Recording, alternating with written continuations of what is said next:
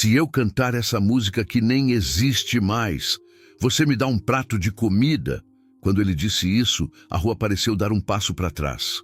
Eu juro que eu não queria estar contando essa história agora, porque se eu contar do jeito certo, você vai sentir o mesmo arrepio que eu senti. E talvez você entenda por que, naquele dia, eu quase larguei meu canal. Quase parei de gravar. Quase fingi que nunca vi nada. Mas começou assim, do jeito mais cru possível. Eu tô parado na calçada, bem na entrada de um teatro antigo, daqueles que parecem guardar segredos dentro das paredes, segredos que nunca pediram para ser acordados. A fachada descascada, as colunas gastas pelo tempo e aquele silêncio estranho que só lugares velhos têm, como se eles escutassem. E então esse homem aparece, barba desgrenhada, roupa rasgada, um cheiro de rua misturado com algo que eu não sabia explicar. Fome, sim, mas também dignidade. Um olhar firme demais para alguém que deveria estar implorando. Ele levanta a mão, respira fundo, fundo demais e solta aquela frase. Não como quem pede esmola, mas como quem propõe um acordo. Foi aí que a parte mais crítica da história aconteceu. Logo no começo, do jeito mais cruel possível, dois influencers que estavam ali perto, sabe aquele tipo que ri alto para chamar atenção? Soltaram uma gargalhada que cortou o ar. Uma gargalhada que doeu mais do que xingamento. O Vinícius já levantou o celular, câmera apontada direto no rosto do homem. A Brenda virou para o modo selfie, sorrindo, como se tivesse encontrado o conteúdo perfeito. Galera, olha isso, o cara tá inventando história para ganhar esmola, música perdida do século XIX. Ah, tá bom. E as pessoas seguiram o fluxo. Um riso aqui, um olhar torto ali, um comentário cochichado, a crueldade indo de mão em mão, como se fosse normal. E eu que estava gravando uma série para o canal sobre histórias reais do Brasil que ninguém acredita, pensei exatamente isso. Pronto. Mais um caso triste, mais um momento de humilhação pública. Eu quase desliguei a câmera, quase fui embora, quase. Mas aí, o homem respirou fundo outra vez. E eu reparei numa coisa que ninguém mais parecia notar. Ele não implorava, ele não tremia. Ele não agia como alguém desesperado tentando arrancar pena. Ele parecia preparado, como se estivesse esperando aquele riso, como se aquilo fizesse parte do ritual. Ele olhou direto para o Vinícius e falou bem baixo, baixo demais para a maioria ouvir. Mas eu ouvi. Rir é fácil, difícil é aguentar o silêncio depois. Na mesma hora, eu senti meu estômago afundar, porque alguma coisa naquele tom, naquela calma, me fez entender uma coisa que eu ainda não queria aceitar. Essa história não tinha começado ali. E pior ainda, ela não ia terminar bem para todo mundo. Rir é fácil. Difícil é aguentar o silêncio depois. Eu senti o estômago afundar. E então ele começou a cantar. No primeiro som não parecia nem voz humana. Parecia que vinha de dentro do teatro. Parecia que as paredes sopravam nota por nota. A calçada inteira foi sendo puxada para perto, como se alguém tivesse colocado um ímã no chão. Teve gente que parou no meio da rua. Teve gente que largou sacola, largou conversa, largou pressa. E eu vi uma coisa que eu nunca vou esquecer. Um pianista saiu do teatro correndo, como se alguém tivesse puxado ele pelo colarinho invisível. Eu deveria ter contado o final aqui, né? Eu deveria dizer, e então todo mundo chorou, ou ele virou famoso. Só que, não. O que aconteceu depois é muito pior e muito maior. Porque quando ele chegou no último acorde, a cidade inteira silenciou.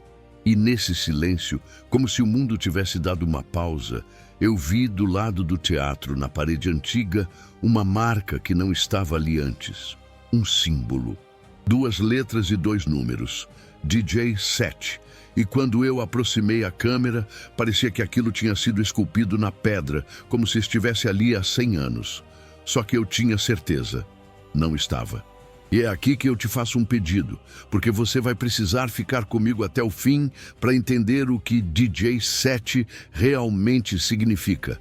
E por que eu tô te contando isso em primeira pessoa, olhando para você, como se eu tivesse te puxado pela mão. Então faz assim, se inscreve no canal agora e compartilha esse vídeo com alguém que ama histórias reais, mistério e emoção, porque eu prometo, quando eu revelar o que estava por trás daquela música que nem existe mais, você vai lembrar desse momento. Você vai lembrar desse silêncio. Respira. Agora eu vou te contar tudo, só que do jeito certo. Eu sempre achei que prédio antigo tem peso. E eu não estou falando só de concreto, de tijolo, de arquitetura bonita para foto. Eu estou falando daquele peso que você sente no peito, mesmo sem saber por quê. Você já entrou em algum lugar e teve a sensação de que o lugar estava te observando, como se você tivesse chegado atrasado demais ou cedo demais, porque aquele teatro era exatamente assim. Ele ficava no centro, numa daquelas ruas onde o passado e o presente brigam no mesmo quarteirão. De um lado, prédio espelhado refletindo luz, pressa, buzina. Do outro, fachada descascada, tinta morta, janela que nunca mais abriu. E no meio, ele, imponente, silencioso demais, com colunas altas e detalhes esculpidos que pareciam não estar ali para enfeitar, pareciam estar ali para vigiar.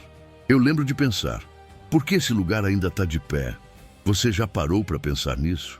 Por que alguns prédios antigos resistem enquanto todo o resto cai? Eu estava ali porque tinha ouvido boatos, histórias que ninguém conseguia provar, mas todo mundo sussurrava.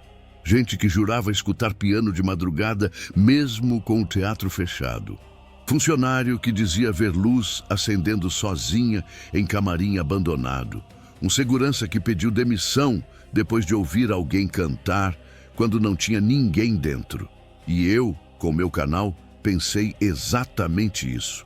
Perfeito. Conteúdo. Só que eu não sabia, eu não tinha ideia de que naquele dia o conteúdo não ia ficar na câmera.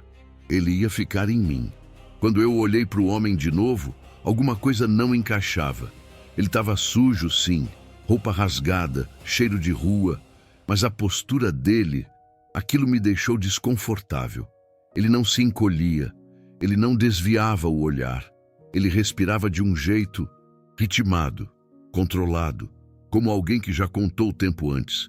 Você já viu alguém que parece fora do lugar, mas ao mesmo tempo totalmente no controle? E aí eu comecei a reparar nos detalhes pequenos, porque são sempre eles que entregam tudo. A mão dele tremia, só um pouco, mas os dedos eram firmes. Dedo de quem já segurou partitura, unhas gastas de quem já tocou corda, teclado, talvez piano. E os olhos não pediam desculpa por existir, eles não pediam nada, na verdade. Eles só estavam cansados. Cansados como quem já foi ouvido demais e esquecido depois. Eu senti um impulso estranho. Não era curiosidade de criador de conteúdo, era outra coisa. Eu cheguei mais perto, baixei a câmera e perguntei, quase num sussurro, qual é seu nome? Ele me olhou como se aquela pergunta fosse importante. Como se eu tivesse feito outra, tudo tivesse dado errado. Samuel, só isso. Mas o jeito que ele disse ficou ecoando. E antes que eu conseguisse reagir, antes que eu pensasse no que perguntar depois, ele completou com uma naturalidade que me gelou. Você é do canal, né? Eu conheço. Você faz as pessoas prestarem atenção. Eu travei. Meu corpo travou primeiro, depois a mente, porque eu nunca tinha visto aquele homem na vida. Nunca. E mesmo assim, ele sabia exatamente quem eu era. Você consegue imaginar essa sensação? Alguém que você nunca encontrou, te reconhecer pelo que você provoca, não pelo que você mostra? Foi nesse exato segundo que tudo mudou dentro de mim. Porque ali eu entendi uma coisa que eu ainda não queria aceitar. Aquilo não era acaso. Eu não tinha esbarrado naquela história. Eu tinha sido puxado para ela. E o teatro, O teatro parecia saber disso antes de mim. O Vinícius e a Brenda continuavam filmando, rindo alto, atiçando a multidão como quem joga gasolina em fogo pequeno só para ver crescer. Tinha um terceiro com eles, o Caio, que parecia ser o cinegrafista oficial do grupo, sempre rodando em volta, buscando o melhor ângulo, não para contar uma história, mas para transformar alguém em piada. E o público, você sabe exatamente como é. Uma pessoa ri, outra olha para ver do que estão rindo, uma terceira ri só para não ficar de fora. De repente, a crueldade deixa de ser exceção e vira entretenimento coletivo.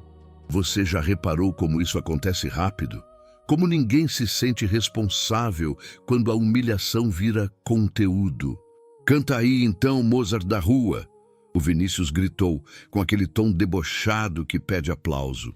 Algumas pessoas riram, outras filmaram. Ninguém interrompeu. Foi nesse momento que o Samuel fechou os olhos. Não como quem desiste, mas como quem se prepara. Então ele falou aquela frase do prato de comida. Não teve drama, não teve voz embargada, não teve pedido. Foi simples, direto, cruelmente honesto. E eu senti um nó no estômago quando vi a reação da Brenda. Ela cruzou os braços, inclinou a cabeça, aquele sorriso torto de quem acha que está no controle da situação, e respondeu: se você cantar mesmo, eu te dou até 2 pratos. Mas se for mentira, vai embora daqui, tá?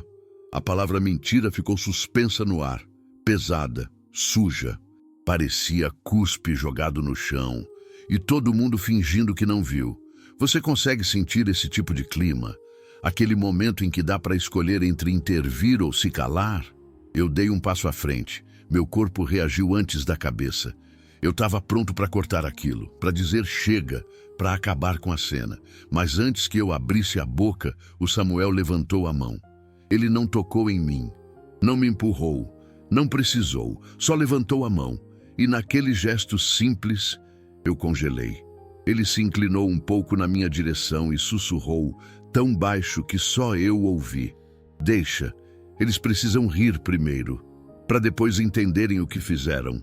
Quando ele disse isso, um frio correu pelas minhas costas, porque aquilo não soou como resposta, soou como aviso. Soou como alguém que já tinha visto esse filme antes e sabia exatamente como terminava, e foi aí que veio a primeira surpresa. Enquanto todo mundo esperava um canto improvisado, desafinado, algo feito para virar meme, o Samuel fez algo que ninguém ali esperava.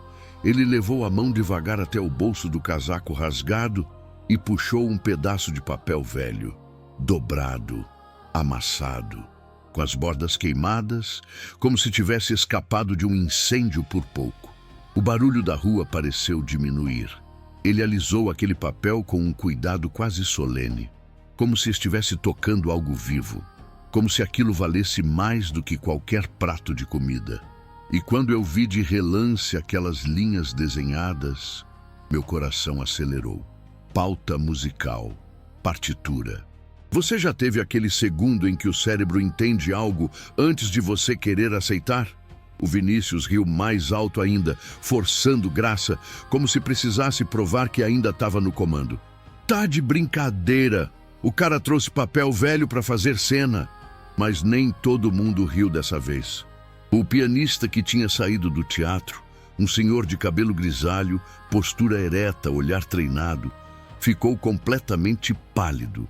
Ele deu um passo à frente sem perceber. A boca se abriu levemente.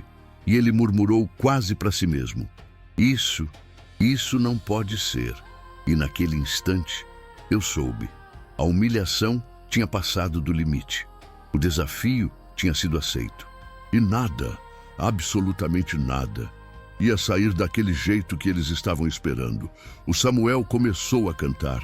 E eu preciso que você entenda, não era bonito só porque era afinado. Era bonito porque parecia impossível. Parecia que a voz dele encaixava no espaço, como se o ar tivesse sido criado para aquela melodia. E no primeiro refrão, aconteceu uma coisa que ninguém percebeu, além de mim. Eu olhei para o reflexo do vidro da bilheteria do teatro e juro, eu vi uma silhueta atrás de mim, um rosto que não estava ali quando eu virei. Um rosto antigo, sério, com olhos fundos, como foto de gente do século passado. Eu virei rápido, não tinha ninguém. Quando eu voltei para o reflexo, sumiu. A música continuava e a multidão estava mudando. Você via as expressões derreterem. O riso virando desconforto, o deboche virando dúvida, o celular do Vinícius abaixando sozinho, como se a mão dele tivesse cansado de ser cruel. E eu percebi que não era só a música, era o que ela fazia com as pessoas. Era como se ela puxasse memórias que nem eram delas. Uma senhora começou a chorar, falando: "Eu conheço isso, eu conheço." Um rapaz do lado dela, tatuado, tentou rir e não conseguiu. Ele engoliu seco. E eu, com a câmera tremendo na mão, pensei: o que essa música está acordando? Agora eu quero te perguntar uma coisa. E eu quero que você responda nos comentários, porque isso vai mudar o jeito como você assiste o resto. Você já ouviu uma música que te deu a sensação de lembrar de algo que você nunca viveu? Escreve aí, já ou nunca. E se já, conta qual foi.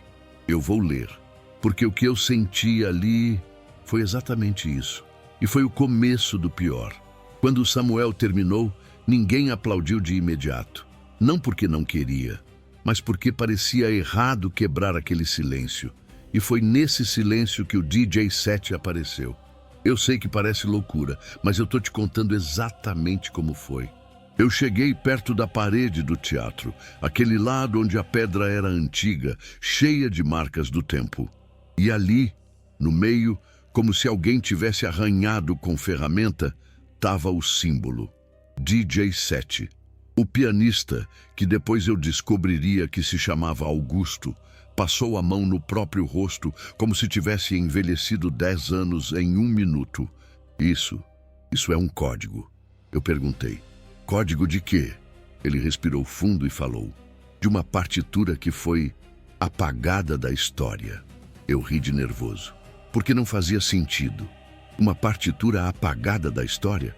Como assim?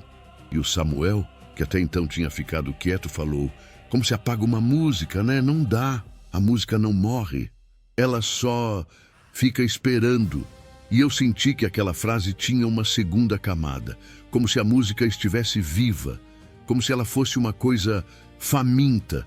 Eu chamei o Samuel para o lado, longe dos influencers. Eu ofereci água, ofereci comida. Eu falei que podia pagar um hotel por uma noite. Eu falei qualquer coisa que fizesse ele sair dali. Ele recusou quase tudo. Aceitou só o prato de comida, não por humilhação, mas por respeito ao acordo. E eu perguntei: você aprendeu essa música onde? Ele deu uma risada pequena, sem alegria. Eu aprendi quando eu era menino. Eu cantava em coral, eu tinha uniforme, eu tinha regra, eu tinha futuro. Eu senti um nó, porque por um segundo eu vi o menino no rosto dele. E por que você está na rua? Ele demorou para responder, e quando respondeu, foi como uma facada bem lenta. Porque eu cumpri uma promessa que ninguém deveria cumprir. Eu tentei perguntar mais. Ele me cortou com uma frase que me perseguiu por semanas. Se eu te contar tudo agora, você vai achar que é invenção. Mas se eu te levar onde tudo começou, você vai desejar não ter ouvido. E foi aí que eu entendi que meu vídeo não era mais conteúdo. Era um caminho. E eu, como um idiota curioso, aceitei. A gente entrou no teatro. Sim, a gente entrou. O Augusto, o pianista, tinha acesso. Ele conhecia a gente lá dentro. E ele estava tão abalado que parecia que precisava de respostas tanto quanto eu. Enquanto a gente atravessava o corredor, eu senti o ar mudar. Cheiro de madeira velha, de pano antigo, de poeira que não é só poeira, é história. O Samuel andava como se conhecesse cada canto. Ele não hesitava, ele não perguntava. Ele ia. E aí, ele parou na frente de uma porta pequena, que parecia levar para a área de manutenção. Ele tocou na maçaneta com cuidado e falou: é aqui que a música ficou presa. Eu olhei para a câmera e pela primeira vez no meu canal, eu senti medo real. Medo de verdade, não medo de história. Então, antes de eu abrir essa porta com ele, eu vou te pedir uma coisa com a mesma sinceridade que eu pedi lá no começo. Se inscreve no canal agora, mas se inscreve de verdade. Porque se você sair desse vídeo no meio, você vai sair carregando perguntas que vão te incomodar. E se você ficar até o final, eu prometo que você vai entender por que eu tô te contando isso em primeira pessoa, como um aviso e como um pedido de socorro. Pronto, agora vem comigo. A porta abriu com um rangido que parecia um gemido. O corredor lá embaixo era estreito, úmido, frio. A luz tremia como se tivesse vergonha de iluminar. E então veio outra surpresa. No meio do porão tinha uma caixa de madeira grande com cadeado enferrujado. E em cima dela, gravado, como se alguém tivesse feito com canivete, estava escrito Djalma J. Eu olhei para o Augusto, ele ficou branco. O compositor, ele sussurrou. Eu perguntei, quem é Djalma J? O Augusto engoliu seco. Djalma Jordão, um compositor do século XIX. Dizem que ele escreveu uma obra tão intensa que foi proibida, que quem ouvia enlouquecia, que o teatro pegou fogo numa apresentação. E depois disso, apagaram tudo. Partituras sumiram, nome sumiu, registros sumiram. Eu ri, nervoso, porque parecia exagero. Aí o Samuel falou, não apagaram, guardaram, trancaram. E esqueceram, achando que isso era o suficiente. O cadeado estava arrebentado, como se alguém já tivesse aberto. E dentro da caixa tinha um caderno de partitura, molhado, manchado, mas legível. E no topo da primeira página, aquele símbolo de novo, DJ 7. Eu peguei o celular para gravar a partitura de perto, e foi aí que meu celular vibrou. Notificação, mensagem de um número desconhecido. E o pior, a mensagem dizia exatamente o que eu estava vendo. Não filma a página 7. Eu congelei, porque ninguém sabia que eu estava ali. Eu não tinha postado nada. Eu não tinha feito live. Eu olhei para o Samuel. Ele estava olhando para mim como se já esperasse. Eu mostrei a mensagem. O Augusto começou a respirar rápido, como se faltasse ar. Eu tentei ligar para o número, não completava. E aí veio outra mensagem. Se você cantar de novo, você abre a porta que não fecha. Mano, eu juro por tudo, eu quase larguei o celular no chão. E agora eu quero que você me diga nos comentários uma coisa, porque eu preciso entender como você pensa. Se você recebesse essa mensagem nessa situação, você continuaria ou iria embora na hora? Comenta aí. Eu continuo ou eu fujo, sem vergonha? Seja sincero, porque eu vou te falar o que eu fiz. E você talvez me chame de louco. Eu continuei. O Augusto levou o caderno para a sala do piano. Ele queria testar uma coisa. Ele dizia que aquela música tinha harmonia impossível, que era tipo um quebra-cabeça. O Samuel ficou em pé, quieto, como se fosse parte do instrumento. E eu, com a câmera, me sentindo dentro de um filme, pensei, se isso for pegadinha, é a melhor da história. O Augusto tocou o primeiro acorde, e eu senti como se o som não saísse do piano, como se o som saísse do peito da gente, como se mexesse em alguma coisa que você não consegue explicar. O Samuel cantou junto. E aí aconteceu uma das coisas mais assustadoras que eu já vi, sem ser violência, sem ser susto barato. A luz do teatro apagou. Não foi queda de energia normal. Foi como se alguém tivesse puxado o ar, como se o prédio inteiro tivesse prendido a respiração. E no escuro eu ouvi gente chorando no corredor. Só que não tinha ninguém além da gente. Eu levantei a lanterna do celular. O feixe de luz bateu numa parede e tinha marcas como se dedos tivessem arranhado ali por anos. O Augusto parou de tocar, tremendo, e o Samuel falou, num tom que me gelou. Agora você entende por que tentaram apagar? Eu quis dizer para. Eu quis mandar parar, mas minha voz falhou, e no fim da música, quando a luz voltou, algo tinha mudado.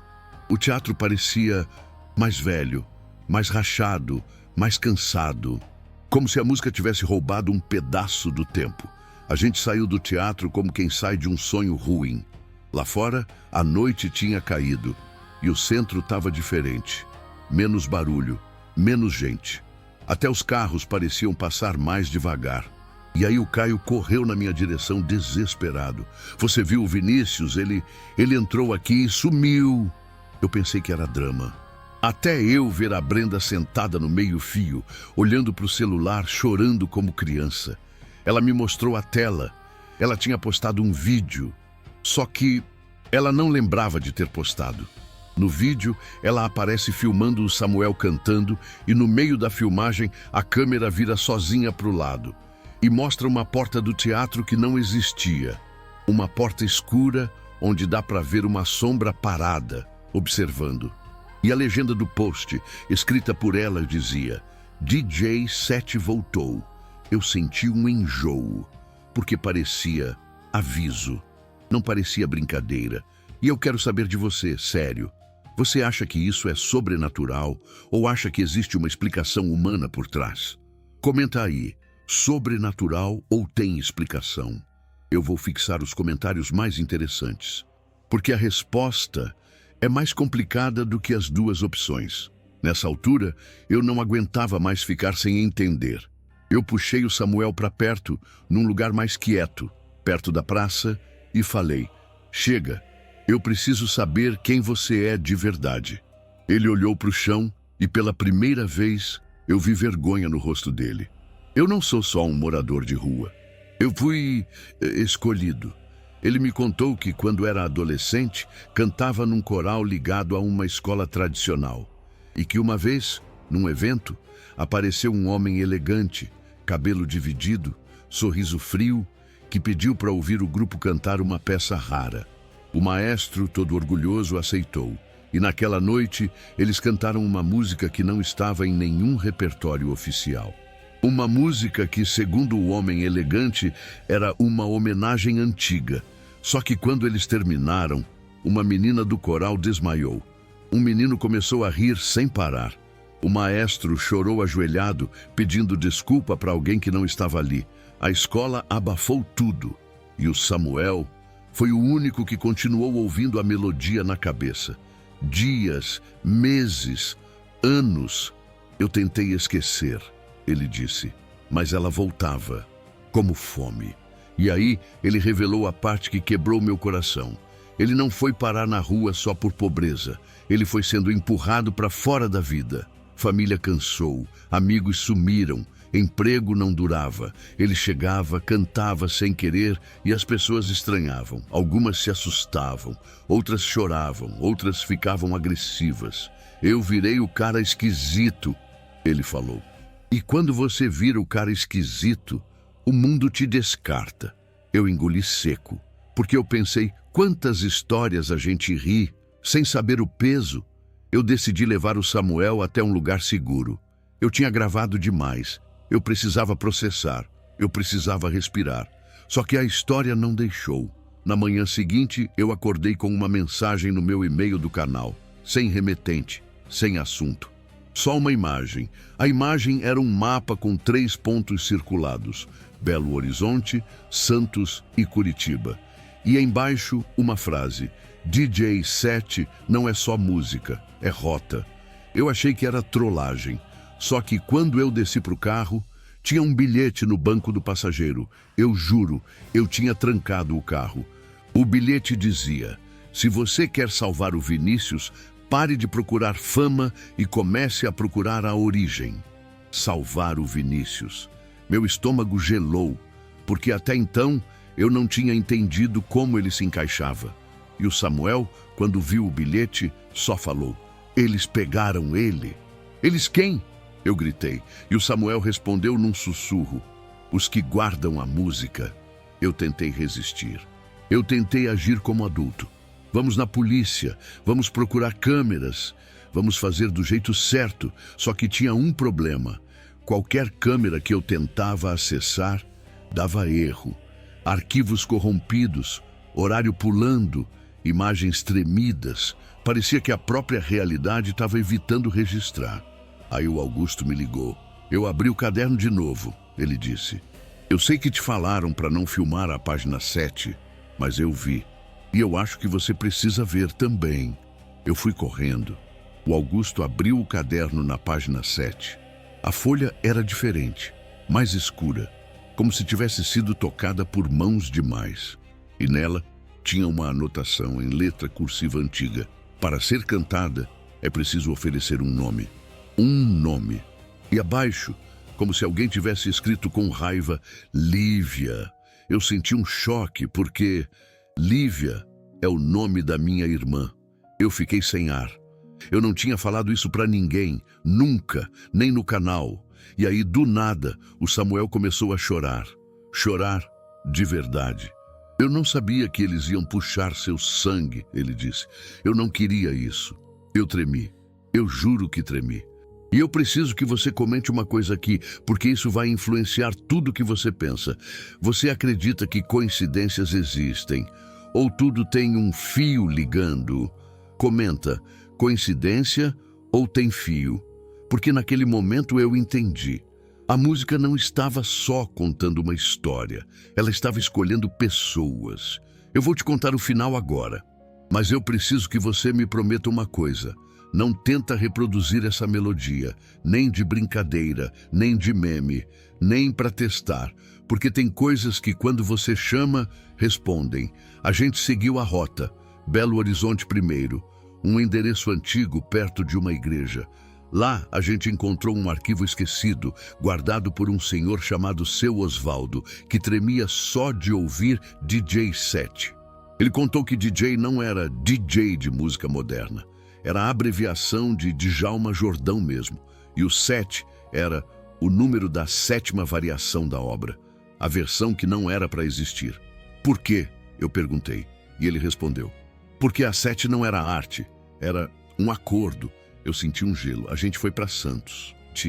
Perto do porto, num armazém velho, a gente encontrou uma sala com paredes revestidas de pano grosso, como estúdio de gravação improvisado. E no meio, uma cadeira. Na parede, rabiscado com carvão, tinha escrito: quem canta, entrega. Quem ouve, carrega. E ali, no chão, estava o celular do Vinícius, ligado, gravando. E no áudio dava para ouvir ele chorando e repetindo: eu não queria rir, eu não queria...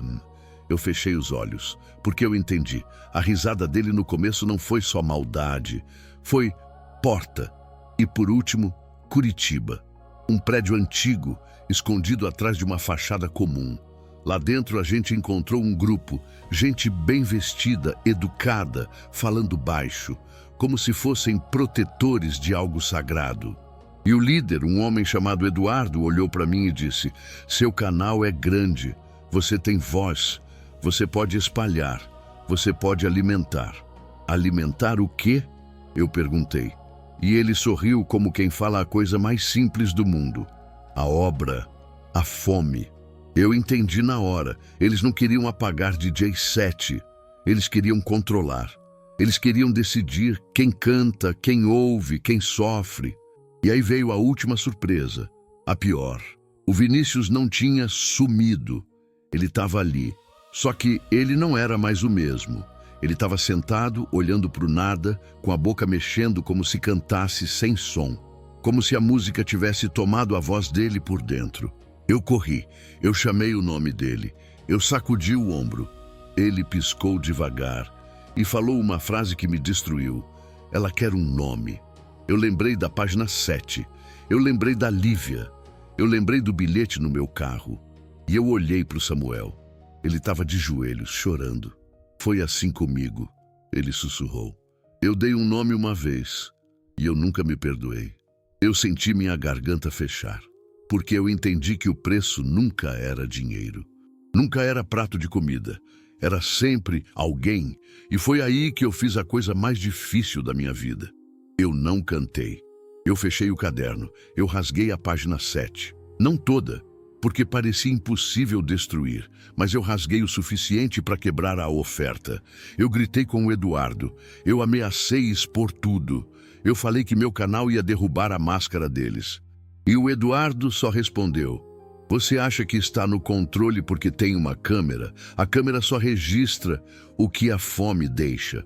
Eu saí de lá carregando o Vinícius e o Samuel me ajudando, como se a gente estivesse fugindo de um lugar que não era só prédio, era armadilha.